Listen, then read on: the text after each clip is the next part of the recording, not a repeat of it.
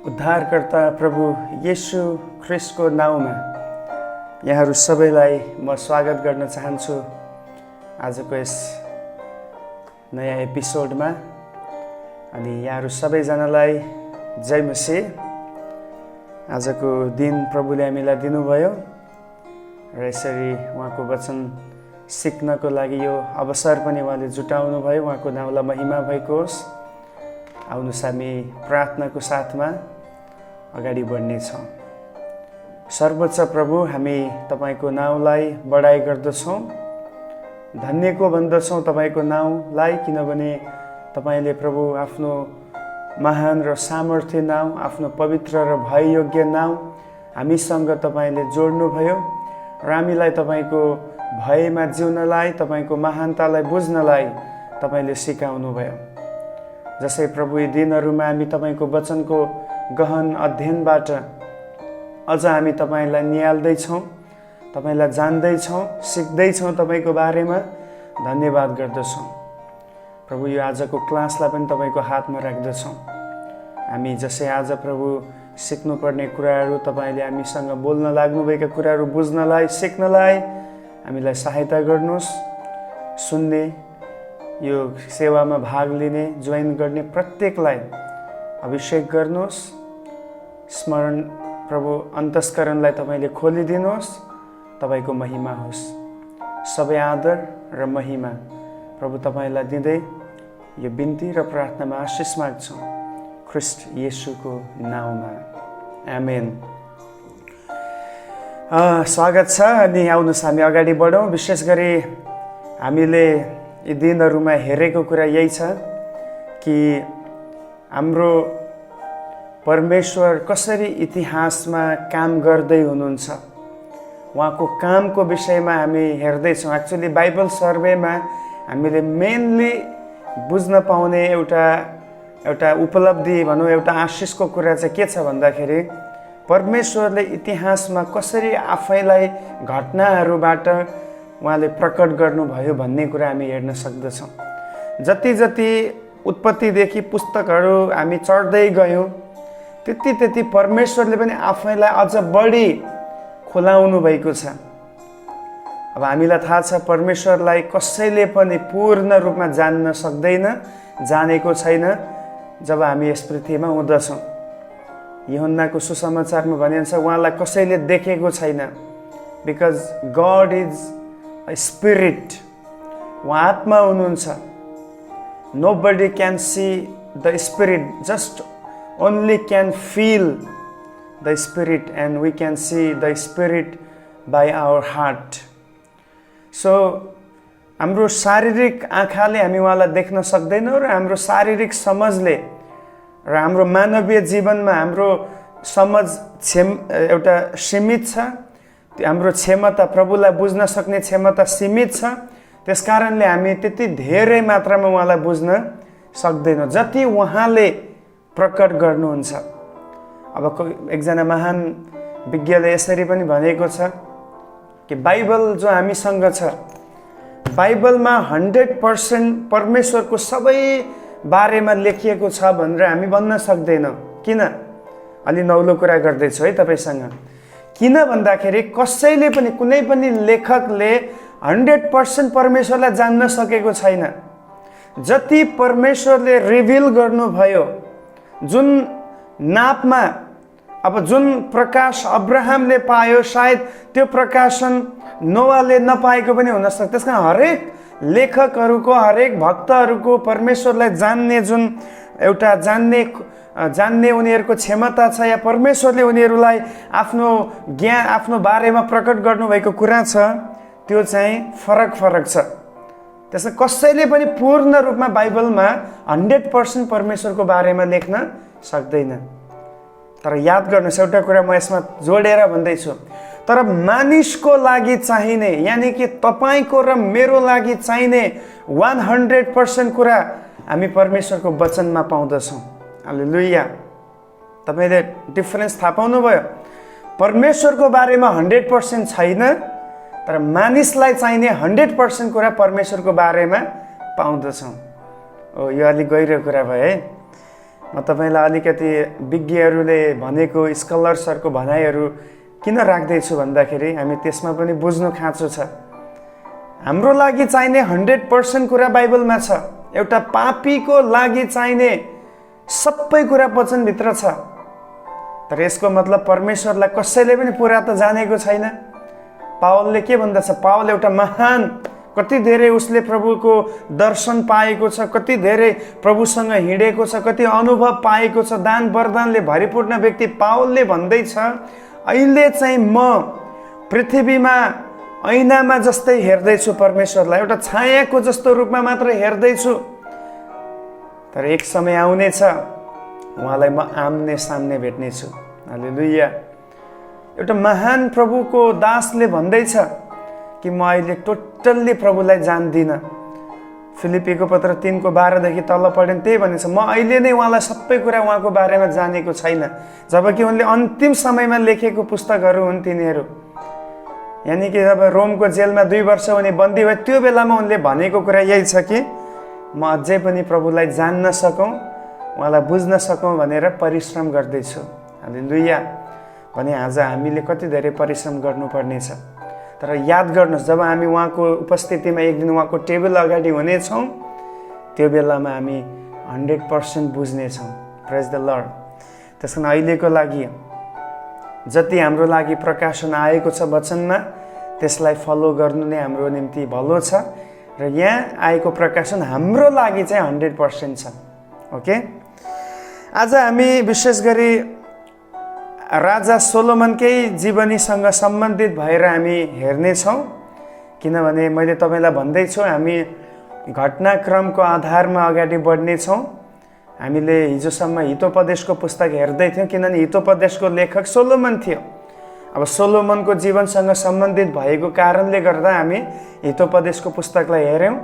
अब डेफिनेटली हितोपदेशपछि उपदेशकको पुस्तक पनि सोलोमनद्वारा लेखिएको छ। त्यसकारण आज हामी सोलोमनले लेखेको उपदेशकको पुस्तकलाई हामी अगाडि बढाउनेछौँ। द बुक अफ एक्लेसियस्ट, सोलोमनले लेखेको उपदेशकका पुस्तक।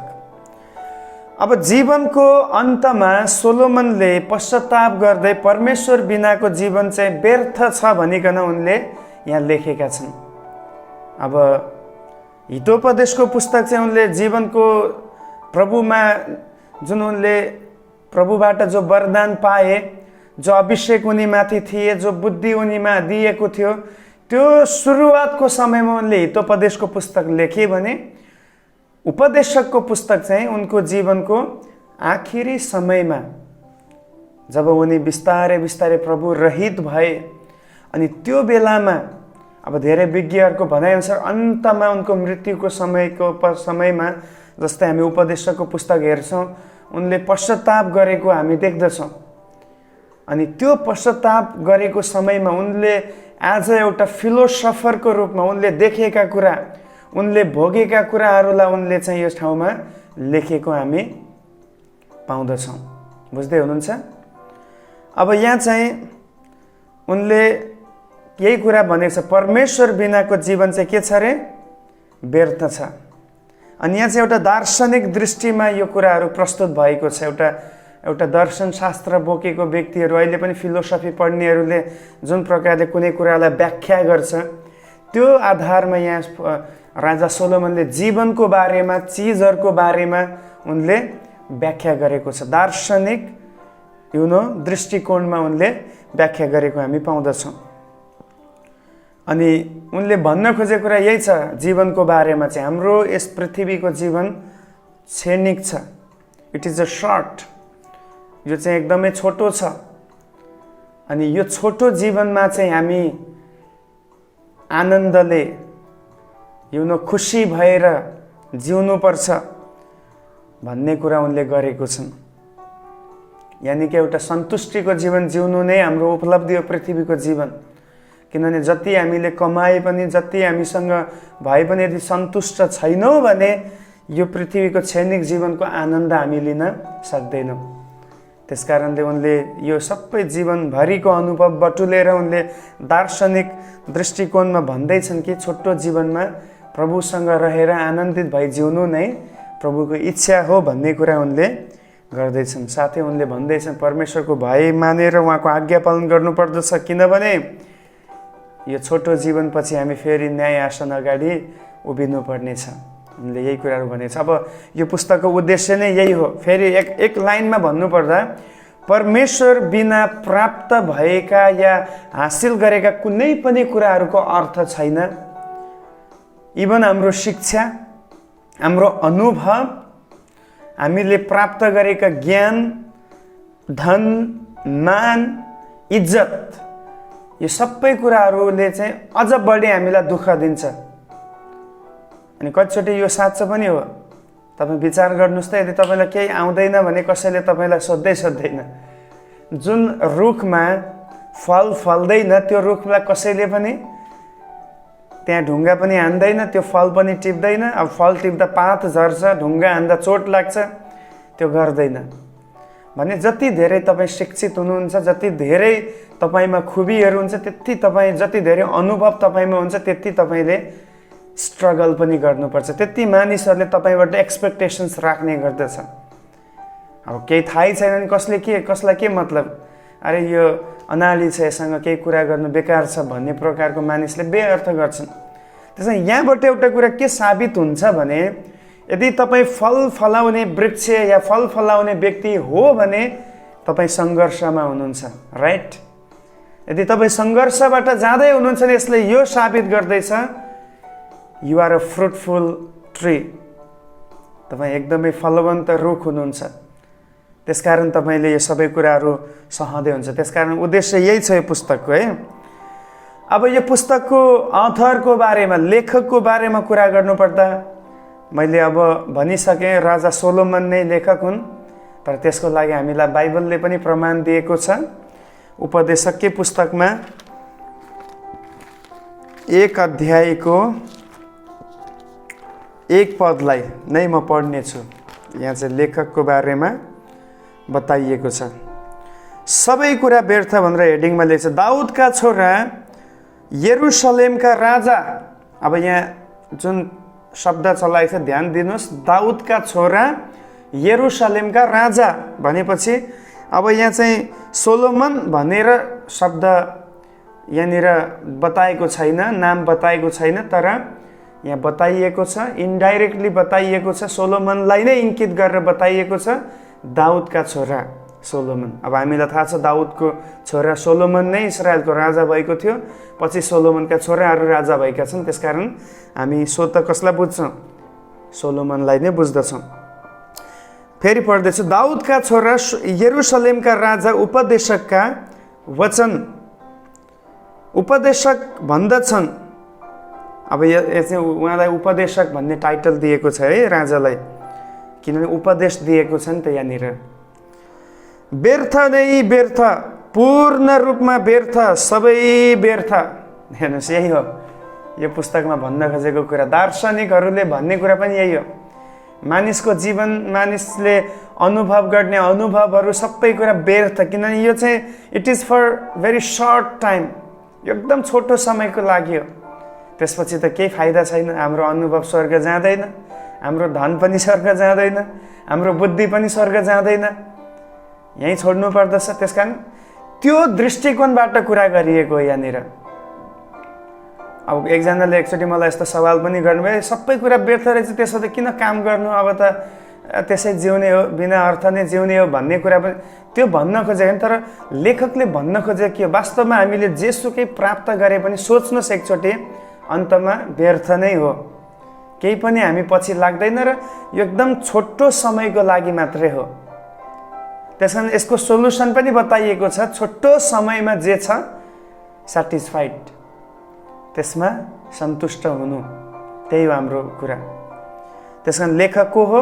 राजा सोलोमन हो। उनलाई उपदेशक भन्ने शब्द चलाइएको छ, अनि साथसाथै उनलाई चाहिँ दाउदका छोरा पनि भन्ने शब्द चलाएको छ, अर्को यरुशलेमका राजा पनि भनेको छ। 3वटा उपाधि उनलाई दिएको हामी पाउँदछौँ। अब यो पुस्तक कुन समयमा लेखियो त? The written date of book of Ecclesiastes, उपदेशकको पुस्तकको मिति, लेखन मिति छ अब उनको जीवनको आखिरी समय भनेपछि तपाईँले बुझ्नुपर्छ। अब यो डेटहरू म तपाईँलाई किन बताउँदैछु, सुरुमा मैले बताएँ राजा सोलोमनले शासन गरेको चाहिँ 40 वर्ष हो, अनि त्यो 40 वर्षको बिचमा चाहिँ उनको समयकाल 970 देखि 930 हो। अब उनको जीवनको आखिरी समय भनेपछि तपाईँ बुझ्नुभयो, लगभग 930 को समयकालमा उनले यो पुस्तकलाई लेखेको छन्। अन्तिममा उनलाई लाग्दैछ कि म परमेश्वर रहित भएँ, मैले सुख सुविधा मोजमज्जा ऐसो आराम सबै कुराहरू भोगेँ, तर पनि व्यर्थ, त्यसले मलाई केही आशिष दिएको छैन। किनभने याद गर्नुहोस्, जतिसुकै मिठो अनुभव भए पनि त्यो अनुभव त्यही समयको लागि हो, भोलि त्यो अनुभवले काम गर्दैन। जति मिठो तपाईँ खाना खानुहोस्, खाइन्जेल तपाईँको जिब्रोलाई टेस्ट मिल्नेछ, त्यो समय तपाईँ खुसी हुनुभयो, तर भोलि फेरि भोक लाग्छ, या भोलि तपाईँले भुलिसक्नुहुन्छ हिजो मैले खाएको त्यो मिठो व्यञ्जनको टेस्ट कस्तो थियो, त्यो अनुभव तपाईँले बिर्से पठाउनुहुन्छ। अनि राजा सोलोमनले आफ्ना बितेका दिनहरूलाई फर्केर हेरे। He remembered the days which he had spent. अनि उसले यही थाहा पायो कि अब मैले पश्चाताप गर्नुमा नै भलाइ छ। त्यसमा धेरै स्कलर्सहरूको भनाइअनुसार उपदेशकको पुस्तक चाहिँ राजा सोलोमनले अन्तिमको समयमा परमेश्वरको अगाडि एउटा साँचो पश्चाताप गरेर लेखेको पुस्तकको रूपमा अनुमान गरिएको छ। ओके, त्यसका मिति कुन हो त? 930। अब 935 देखि 930 राखौँ, किनभने यो एकै दिनमा लेख्न सकिने त होइन, केही वर्ष लाग्नु पर्दछ लेख्नलाई। त्यो बेलामा लेखन शैलीमा धेरै गाह्रो थियो। अहिले जस्तो हामी ल्यापटपमा बसेर घन्टौँले 1 घन्टामा धेरै पेज लेख्न सक्ने कुरा छैन। त्यसमा यो सबै कुराहरू भन्दाखेरि म एउटै कुरा भन्दैछु, उनले लेख्दाखेरि अन्तिम समयतिर लेखेको हुनुपर्छ, जो चाहिँ 930 BC को कुरा आउँछ। त्यो समयको हाराहारीमा उनले यो पुस्तक लेखेका हुन्। अब यो पुस्तकको मुख्य पद, की वर्स, चाबी पद भनेको 12 अध्यायको 13 पद। म यसलाई पढ्नेछु। उपदेशकको पुस्तकको चाबी पद हो 12 अध्यायको 13 पद। यहाँ लेखिएको छ, म 12 देखि नै पढ्छु, 13 हो तर अलिकति तपाईलाई बुझाउनको लागि 12 देखि नै पढ्छु। ए मेरा छोरा, तिनमा थपेका केही कुराहरूबाट होशियार बस। धेरै पुस्तकहरू बनाउने कामको अन्त्य हुँदैन, अनि धेरै अध्ययनले शरीरलाई थकाउँछ। कि यसलाई छोडिदिनुहोस्, 13 देखि नै सुरु गर्दैछु। अब सबै कुरा 13 हो, कि मेन त 13 हो। अब सबै कुरा सुनिएका छन् र कुराको निष्कर्ष यही हो। हेर्नुहोस् है, अब उनले एकदमै कन्क्लुजनमा यहाँ यो कुरा कन्क्लुज गर्दैछन्। उनले भन्दैछन् कि मेरो उपदेशकको पुस्तक लेख्नुको उद्देश्य यो हो, परमेश्वरको भय राख। हालेलुया। पहिलो तपाईँ अन्डरलाइन गर्नुहोस्, do fear of the lord. परमेश्वरको भय मान्नु, परमेश्वरको भय राख र उहाँका आज्ञाहरू पालना गर। दोस्रो अन्डरलाइन गर्नुहोस्, उहाँको आज्ञाहरूलाई पालना गरौँ, किनभने मानिसले गर्नुपर्ने सारा कर्तव्य यही नै हो। हालेलुया। दुईटा कुरा यहाँ सोलोमनले भने, एउटा चाहिँ परमेश्वरको भय राख्नुपर्ने कुरा छ। हामी जोसुकै हौँ, जुनसुकै देशको होस्, जुनसुकै भाषा बोल्ने होस्, जुनसुकै काममा होस्, जुनसुकै लेभलमा होस्, हरेक संसारमा भएको मानिसको पहिलो कर्तव्य हो परमेश्वरको डर मान्नु, परमेश्वरको भय मान्नु। अब परमेश्वरको भय मान्ने कुरालाई मैले अलरेडी व्याख्या गरिसकेको छु। भय मान्नु भन्नाले जिउ गरेर काँप्नु भन्ने कुरा होइन, उहाँलाई आदर दिने योग्यको जीवन जिउनु भन्ने हुन्छ। अनि दोस्रो चाहिँ उहाँको आज्ञा पालन गर्नु। यही हो प्रभुले चाहनु भएको मानिसको छोटो जीवनबाट। मानिसले जे पनि हामी गर्दछौँ, उहाँलाई भय राखेर, उहाँलाई आदर गरेर, प्रेम गरेर उहाँको आज्ञा पालन गर्नु नै उहाँको इच्छा हो। किनभने यही नै मानिसले गर्नुपर्ने सारा कर्तव्य हो। अब 14 पद पनि म इन्क्लुड गर्दैछु, किनकि हामीले गरेको हरेक काम, हरेक भनेपछि यहाँ चाहिँ कुनै पनि छुट्दैन, चाहे राम्रो होस् या नराम्रो होस्। यहाँ त्यही लेख्छ, असल होस् या खराब होस्, प्रत्येक गुप्त कुरा समेत सबैको न्याय परमेश्वरले गर्नुहुनेछ।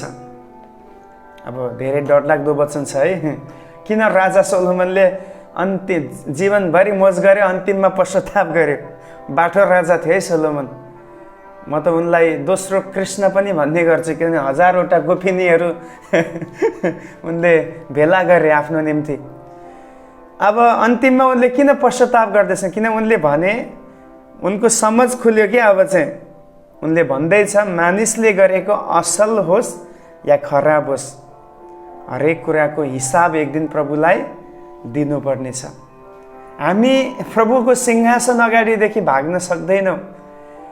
हरेक व्यक्ति एक दिन प्रभुको सिंहासन अगाडि खडा हुनै पर्छ, अर्को कुनै विकल्प छैन। चाहे जुनसुकै धर्मको होस्, it doesn't matter which religion we are following, हामी एक दिन खडा हुनुपर्छ। किन एउटै मात्र सृष्टिकर्ता हुनुहुन्छ उहाँ, अनि उहाँको अगाडि सबै खडा हुनुपर्छ। आज तपाईँ जोसुकै देवी देवतालाई पुज्नुहोस्, तपाईँ जुनसुकै कुरालाई पछ्याउनुहोस्, एक दिन त खडा हुनै पर्छ। अनि भला हुन्छ आजै खडा हुनुहोस्, भोलि खडा, मृत्युपछि खडा हुनुभन्दा अहिले खडा हुनुहोस्, पश्चाताप गर्नुहोस्, आफ्नो हिसाब किताब प्रभुसँग क्लियर गर्नुहोस्, त्यो दिन तपाईँले कृपा पाउनुहुनेछ। हालेलुया। जतिजनाले आज प्रभुलाई विश्वास गर्नुभएको छ, प्रभुलाई ग्रहण गर्नुभएको छ, बप्तिस्मा लिनुभएको छ, मण्डलीको अधीनमा बसेर सेवकाईमा अगाडि बढ्नुभएको छ, यहाँहरू सबैलाई म इन्करेज गर्न चाहन्छु कि प्रभुमा निरन्तर तपाईँ बढ्दै हुनुहुन्छ। अनि यो कुराको लागि म धन्यवाद पनि दिन्छु प्रभुलाई कि तपाईँले आफ्नो हिसाब किताब प्रभुसँग क्लियर गर्दै हुनुहुन्छ। हालेलुया। जतिजना आज यो कुरादेखि लुक्दैछन्, म प्रभुलाई विश्वास गर्दिनँ, म मेरो जीवन छ, मलाई आफ्नो लक्ष्य, आफ्नो करियर बनाउनु छ, मेरो आफ्नै लक्ष्य छ, म यो धर्मको, म ऊ धर्मको, मेरो यो कुराले दिँदैन, मेरो यो संस्कृति, म यो देशको, एक दिन प्रभुको सिंहासन अगाडि तपाईँ खडा हुनै पर्नेछ प्रिय। त्यसमा राजा सोलोमनले भनेको कुरा यही हो। एउटा कुरा उनले यहाँ भने गुप्त कुरा पनि, गुप्त कुरा, हामीले जुन कुरालाई लुकाउँछौँ, जुन कुरालाई हामीले सायद कसैलाई पनि देखाएको छैन होला, त्यो भनेको झुट नै हो, त्यो पनि एक दिन जरुर प्रकट हुनेछ। अनि यहाँ चाहिँ भनेको छ असल र खराब। हामीले गरेको असल, यदि प्रभुमा रहेर गरेको असल कामहरू छ, भलाइका कामहरू छ भने परमेश्वरले त्यसको इनाम पनि दिनुहुनेछ। अब अलिकति यही सम्बन्ध कुराहरू, हामी न्यायको सिंहासन अगाडि खडा हुँदा परमेश्वरले दुईटा काम गर्नुहुन्छ। एउटा चाहिँ भेडालाई आफ्नो दाहिने हाततर्फ छुट्याउने काम गर्नुहुन्छ, बाख्रा जतिलाई उहाँले देब्रे हाततिर राख्नुहुन्छ, ताकि दाहिने हाततिर भएका भेडाहरूलाई चाहिँ अनन्त जीवन दिन सकियोस्, उनीहरूले गरेको कामको आधारमा उनीहरूलाई रिवार्ड दिन सकियोस् भनेर दाहिनेतिर छ। देब्रेतिर भएका बाख्रा जतिलाई उनीहरू अनाज्ञाकारी थिए, ढिठ थिए, अपराधी थिए, दुष्टतामा चल्दथे, उनीहरूलाई चाहिँ के गरिनेछ? अनन्त आगोमा, दनकिराईको कुण्डमा, जहाँ आगो र किरा कहिल्यै मर्दैन, त्यो ठाउँमा उनीहरूलाई फ्याँकिदिने, हालिदिने उहाँको योजना छ। त्यसकारण सिंहासनमा दुईटा काम हुन्छ। खराब, यहाँ चाहिँ यही शब्दको आधारमा एउटा खराब, अर्को असल। खराब काम गर्नेहरूलाई दण्ड दिने काम पनि सिंहासनमै घोषणा हुन्छ, सिंहासनको अगाडि, र असल गर्नेहरूलाई जीवन र मुकुटको कुरा पनि त्यहीँनिर घोषणा हुने गर्दछ। बुझ्दै हुनुहुन्छ? त्यसकारण भला छ आजै हामी पश्चाताप गरौँ। सोलोमनले अन्तिममा पश्चाताप गरे, तर हामी अन्तिम कुरेर नबसौँ, किन अन्तिम कहिले हो हामीलाई थाहा छैन। सायद आजै अन्तिम हुन सक्छ। यस्तो यस्तो बिमारीहरू, यस्तो यस्तो समस्याहरू बढेर गएको छ, कुन बेला के हुन्छ हामीलाई थाहा छैन। त्यसकारण हाम्रो जीवनको अन्त चाहिँ भोलिको लागि नकुरौँ। Today is our last day. आजको दिन हाम्रो लागि अन्तिम दिन हो। We should repent and we should turn to God today while we are living. जब हामी जीवित छौँ तब हामी फर्क्यौँ। त्यसमा यो पुस्तकको की वर्ष 12 अध्यायको 13 पद हो। यसलाई तपाईँ नोट गरेर राख्नुहोला। अब अगाडि बढ्ने क्रममा यो पुस्तकको रूपरेखा म अलिकति छिटो जाँदैछु, किनभने यहाँ चाहिँ अघि नै अस्ति पनि मैले भनिसकेँ, घटनाहरू धेरै कम छ। त्यस कारणले गर्दाखेरि सर्वेमा मेन हामीले हेर्ने के पछि के भयो भन्ने हो। अब के पछि के भयो भन्दा सोलोमन राजाको जीवनमा उनले हितोपदेशको पुस्तक लेखे, उपदेशकको पुस्तक लेखे, त्यो मोटामोटी कुरा हो। अब पुस्तकभित्र के छ भनेर डिटेलमा हामी हेर्न सक्दैनौँ, किनभने यो सबै सर्वेमा आउने कुराहरू होइन। तर पनि अब म अलिकति बढी डिटेलमा जाँदैछु ताकि तपाईँहरू जसले यसमा हेर्दै हुनुहुन्छ केही उपलब्धि होस् भनेर मैले यो गर्दैछु। अब सोलोमन राजाले उपदेशकको पुस्तक लेख्दाखेरि यो पुस्तकको 4वटा विभाजन हामी पाउँदछौँ। अब पहिलो चाहिँ सोलोमन्स फर्स्ट मतलब पर्सनल एक्सपिरियन्स, पहिलो विभाजन, पहिलो टपिक तपाईँ लेख्न सक्नुहुन्छ, सोलोमनको व्यक्तिगत अनुभवहरू। 1 देखि 2 अध्यायको 26सम्म, 1 र 2, अब समग्रभन्दा 1 र 2 अध्यायमा चाहिँ हामी सोलोमनको जो पर्सनल एक्सपिरियन्सेसहरू छ, अनुभवहरू छ, त्यसको बारेमा हामी पाउँदछौँ। अब यी अनुभवहरूमा के छ त, उनले अघि नै मैले तपाईँलाई 1-2वटा पद पढेर सुनाइसकेँ। जीवनको बारेमा उनले अनुभव गरे, आफैले अनुभव गरेको कुरा उनले भन्दैछन्। जीवन चाहिँ के हो, यो व्यर्थ छ, प्रभुले दिनुभएको कुरामा सन्तुष्ट हुनुभन्दा बाहेक अरू केही पनि हाम्रो उपलब्धि होइन भन्ने कुरा उनले गरेको छ। एउटा चाहिँ यो चाहिँ पर्सनल उनको अनुभवहरू छ है। उनले अरूको अनुभवमा या कुनै किताब पढेर ज्ञानमा उनले यो कुरा भनेनन्। 1 र 2 पदमा उनले भनेका कुराहरू चाहिँ उनको व्यक्तिगत अनुभवबाट निस्किएका शब्दहरू हुन्। त्यस कारण त्यो धेरै इम्पोर्टेन्ट छ। यदि हामी जीवनको बारेमा बुझ्न चाहन्छौँ त सोलोमनको पुस्तक, यो उपदेशक हामीले पढ्नै पर्दछ। यहाँबाट धेरै कुराहरू हाम्रो आँखा खुल्नेछ। दोस्रो चाहिँ सोलोमनको सामान्य निरीक्षण छ, सोलोमन्स जेनरल अब्जर्भेसन्स, 3 अध्यायदेखि 5 अध्यायसम्म। यानि कि 3 अध्यायको 1 देखि 5को 20सम्म हामीले हेऱ्यो भने चाहिँ त्यहाँ चाहिँ अब्जर्भेसन गरिएको छ, अब्जर्भ गरिएको छ कुराहरूलाई।